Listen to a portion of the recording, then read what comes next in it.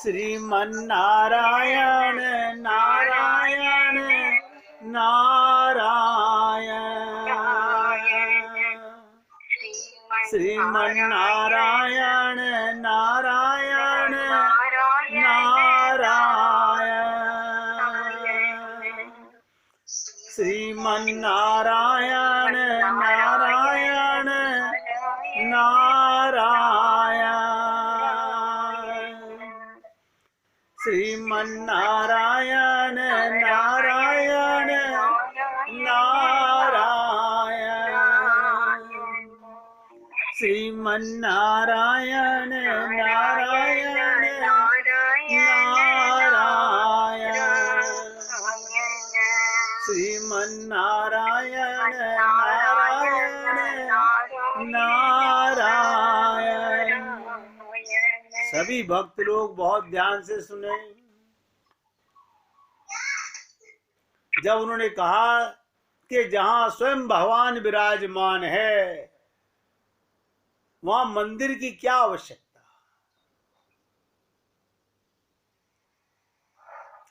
भगवान श्री कृष्ण के दर्शन, गोदा जी क्या कहती हैं, भगवान श्री कृष्ण के दर्शन करके उनके सौंदर्य माधुर्य से गोकुल वासी ऐसे मोहित हो गए कि उनके मन में श्री कृष्ण के प्रति ऐसा प्रेम उमड़ा,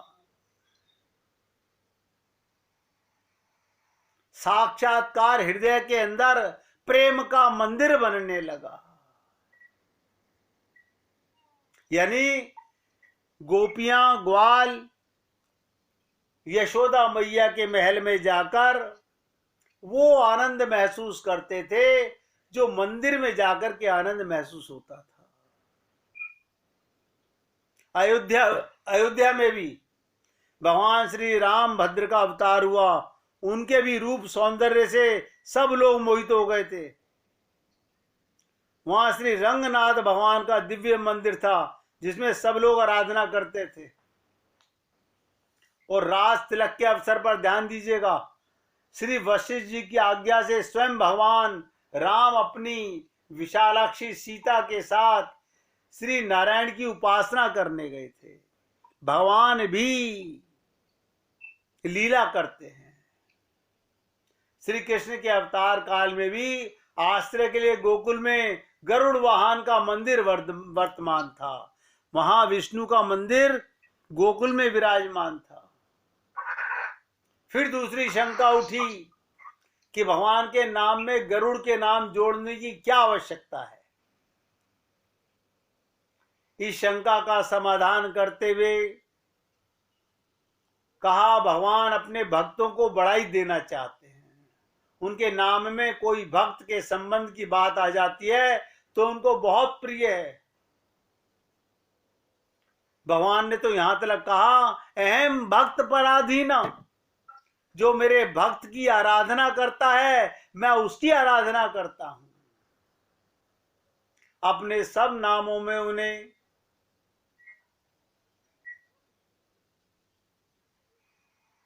अपने भाई लक्ष्मण, भरत आदि का नाम बहुत पसंद है। उनकी प्रियता भावना को जगाने के लिए ही उन्होंने गरुड़ वाहन कहा गया। गरुड़ जी आदि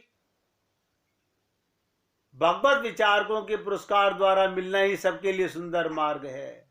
अत्यंत रुक्मिणी ने गिरिजा देवी को और गोप कन्याओं ने कात्यायनी देवी को पुरस्कार रूप से स्वीकार किया।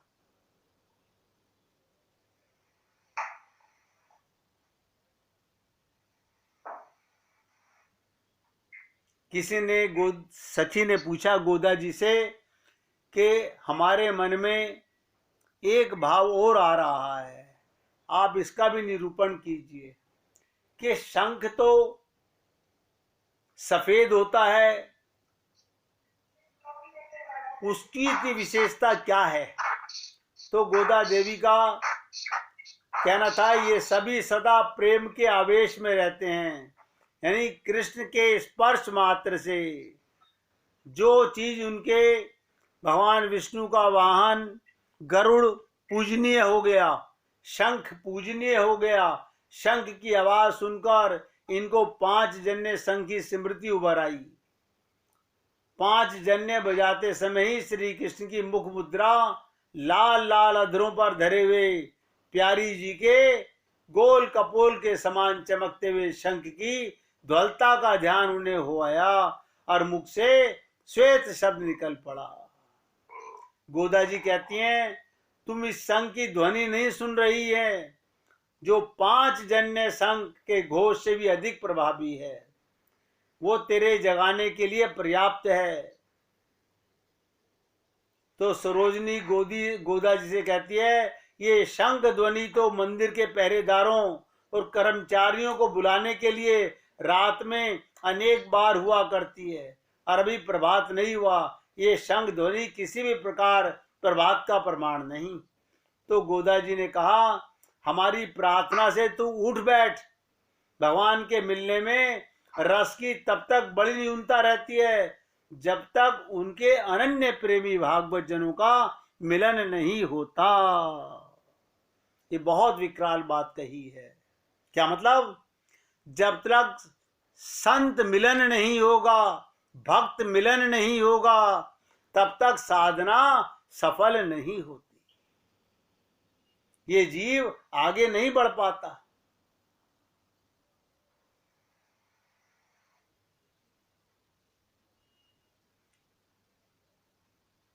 इस घटना की बात सुनकर सरोजनी देवी घबरा गई।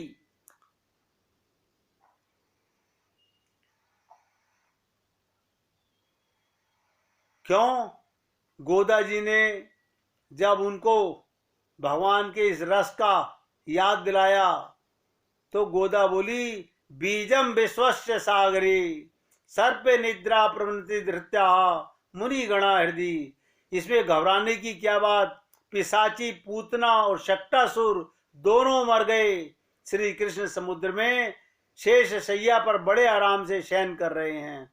वहां किसी प्रकार का भय नहीं। इसलिए हे स्वामिनी श्री देवी के स्तन के स्पर्श से भी इनकी इस गाढ़ी निद्रा का भंग नहीं होता।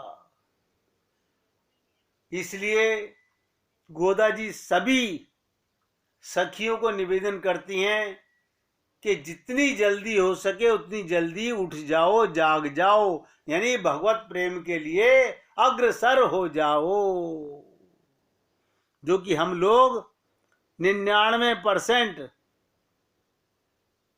नहीं हो पाते हैं। 99% हम लोग नहीं जग पाते हैं। तो गोदा बोली, अरे सरोजनी, इस हरि हरि की महाध्वनि को, हरि हरि की महाध्वनि को ब्रज के 5 लाख घरों में भी हो रही है। ये तो सभी जगने के उठने का समय है। अतएव सभी जगकर उठ बैठे हैं और कीर्तन कर रहे हैं। कान के रास्ते से ध्यान से सुनो। हृदय में प्रविष्ट होकर इस कीर्तन की ध्वनि ने सबको शीतल कर दिया है। ऐसी प्रतीति होती है मानो सबसे पलंग के नीचे मंदाग्नि का प्रवाह आ गया है।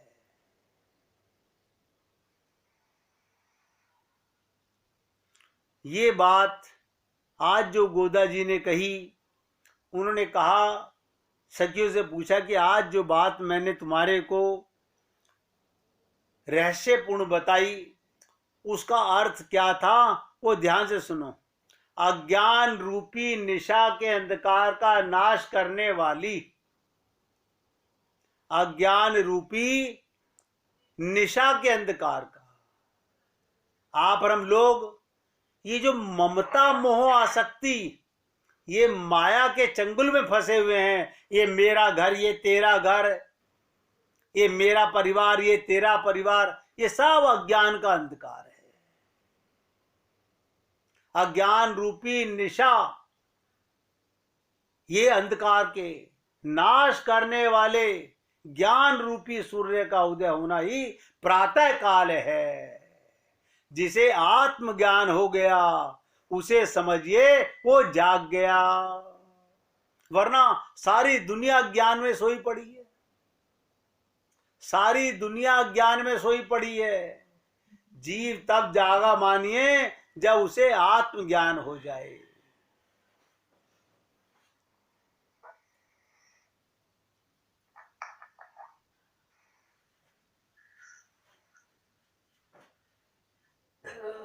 हम लोग अपने आप से पूछकर देखें, क्या हम जाग गए हैं? बस इतना समझ लीजिए, अगर हमारा अज्ञान समाप्त हो गया, अज्ञान क्या, हमें आत्मज्ञान हो गया। मैं फिर बोल रहा हूं, इसी परिवार में इन्हीं सबके साथ इसी संसार में रहना है, इसी पृथ्वी पर रहना है, लेकिन अपने को अब तक हम क्या मानते थे? शरीर मानते थे। आत्मज्ञान ही जागृति है। भगवान कहते हैं, आप, हम और सभी भक्त भगवान श्री कृष्ण के दर्शन पाना चाहते हैं। देखिएगा, आप, हम और सभी भक्त संसार के भगवान के दर्शन पाना चाहते हैं, उनसे मिलना चाहते हैं। पर कभी हमने सोचा हम उन्हें पहचानते कितना है? जितना एक चित्रकार ने अपनी कल्पनाओं के अनुसार हमें एक चित्र बनाकर दे दिया, या जितना एक मूर्तिकार ने कला के अनुरूप उनकी मूर्ति बनाकर दिखा दिया, यदि वो देखने में वैसा ना हो तो वे हमारे सामने भी होंगे, हम उन्हें नहीं पहचान पाएंगे।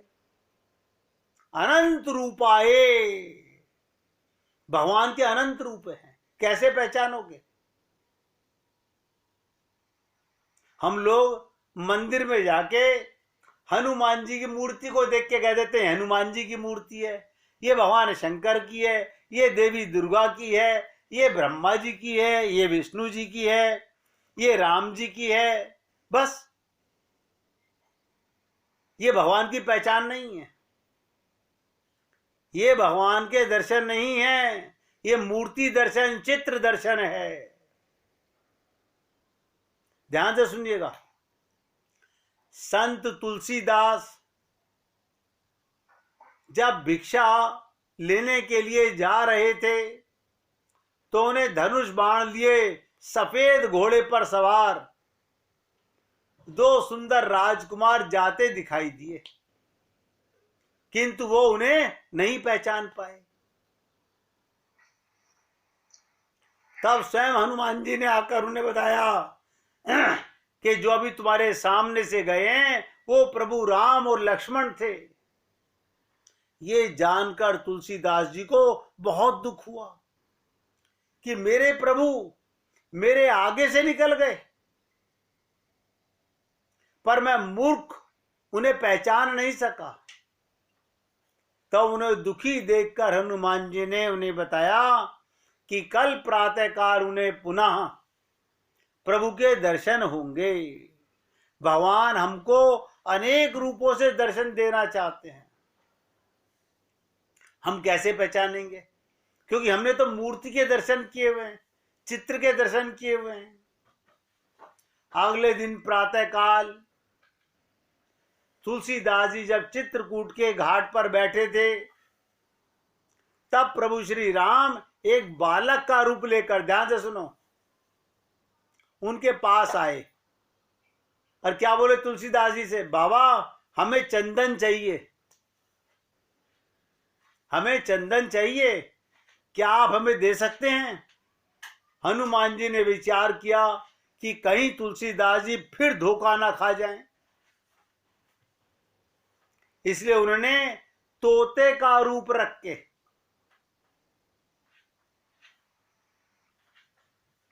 हनुमान जी ने तोते का रूप रख के एक वृक्ष के ऊपर बैठ करके वहीं पर एक चौपाई बोली कि चित्रकूट के घाट पर भई संतन की भीड़, तुलसीदास चंदन घिसे तिलक देत रघुवीर।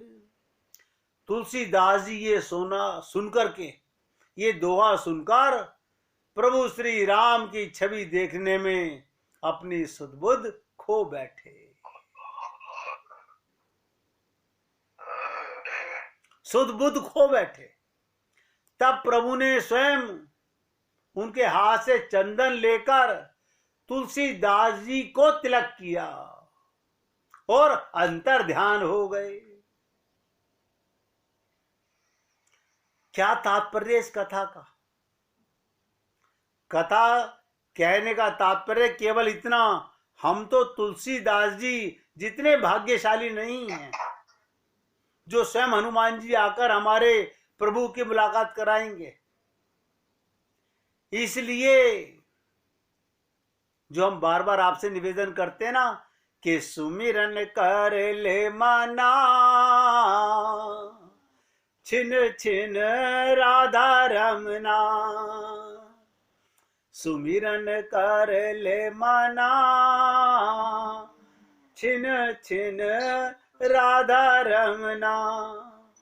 इसलिए अपने मन में उठते सभी प्रश्न आज भगवान श्री कृष्ण के समक्ष रखकर उनसे समाधान पूछ लेते हैं। भगवान से ही समाधान पूछ लेते हैं। कैसा समाधान पूछ लेते हैं? क्या पूछ लेते हैं? ध्यान से सुनिएगा। मुझसे मिलने आओगे? देखा नहीं कभी तुमको। भगवान से पूछ रहा है भक्त, देखा नहीं कभी तुमको, क्या मुझसे मिलने आओगे? पहचानूंगा मैं कैसे तुमको, पहचानूंगा मैं कैसे तुमको, क्या ये मुझे बतलाओगे? सांवरे बहुत देखे हैं मैंने, सांवरे बहुत देखे हैं मैंने, क्या तुम मुरली लाओगे? मुरली की जो मैं ना देखूं, मुरली को जो मैं ना देखूं, क्या तुम उसे बजाओगे? मुरली सुनकर मैं खो जाऊं, मुरली सुनकर मैं खो जाऊं, तो क्या मुझे जगाओगे? ग्वाले बहुत देखे हैं मैंने, क्या तुम सुरभि लाओगे? सुरभि की जो ना पहचानूं, तब क्या सींग करक मड़वाओगे? मैं पूछूंगा तब सुरभि से, क्या उसका सिर हिलवाओगे? गोपियां बहुत देखी हैं मैंने, क्या राधा जी को लाओगे? और रूप सलोना राधा जी का, क्या तुम मुझे दिखाओगे? खो जाऊंगा मैं राधा में, तो क्या कंगना खनकाओगे? ये भाव है। आप अपने प्रभु को, अपने प्रीतम प्यारे को जिस तरह चाहो, मैं आपसे बार बार कहता हूं, अपना प्रेम पत्र भगवान को अपने शब्दों में लिखो, किसी का बताया हुआ नहीं, किसी का बताया हुआ नहीं। देखिएगा, मन की पीड़ा का कोई अंत नहीं, मन की पीड़ा का कोई अंत नहीं, और इसके लिए दूसरों को कोसने से कोई लाभ भी नहीं। इसका सबसे सरल उपाय, ध्यान दो, हर व्यक्ति की मन में कोई ना कोई पीड़ा है, इससे हम दूसरों को कोसते रहें, इससे कोई लाभ नहीं। तो उसका सबसे सरल उपाय है, अपने मन को ईश्वर को समर्पित कर दो, अपने मन को गुरु के चरणों में समर्पित कर दो। क्या मतलब? जैसे ही मेरा मन, मेरी बुद्धि मेरे गुरु को मैं समर्पित करूंगा, तो मैं गुरु के साथ जुड़ जाऊंगा। जीवन में प्रभु प्रेम की खुशियों का, सुकून, संयम, सहन शक्ति का, प्रेम का, नई ऊर्जा का, जीवन के सही राह की संतुष्टि का आरंभ जरूर होता है। और हम मन की पीड़ा से कैसे मुक्त हो जाते हैं पता नहीं चलता, अन्यथा सबके मन में जलन, दुख, ताप भरा हुआ है। देखिएगा, किसी ने हमारे खिलाफ दो शब्द कहे, किसी ने हमारे खिलाफ दो शब्द कहे, हमसे सुने नहीं जाते।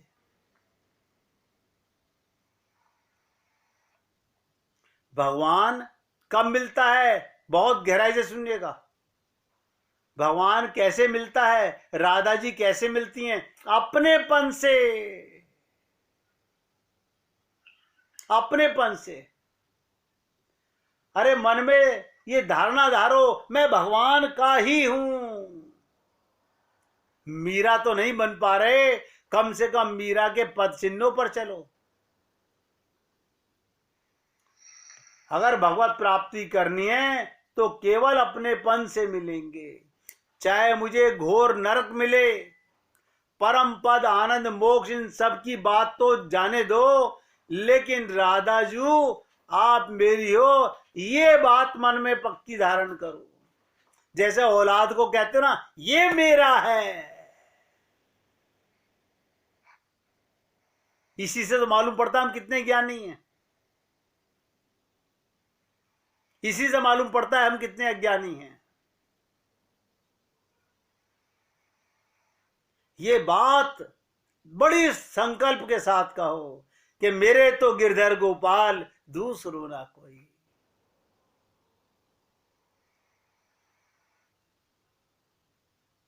हमें परम पद, स्वर्ग, मोक्ष नहीं चाहिए। भगवान भक्त के बस में रहते हैं। केवल एक भगवान से अपना संबंध, केवल एक बार एकांत में बैठकर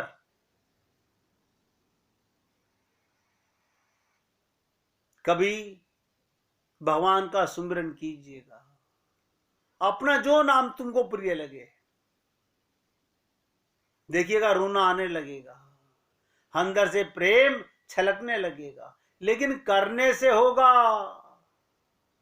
फिर बोल रहा हूं, करने से होगा, कहने से नहीं होगा। अब करोगे तो जरूर होगा। चाहे जितने तीर्थ भ्रमण कर लो, चाहे कितने ही व्रत कर लो, चाहे कितना ही दान कर लो, कितने ही पुण्य कर लो, कीर्तन करवा लो, लेकिन जब तक भगवान के साथ अपना संबंध नहीं बनाओगे,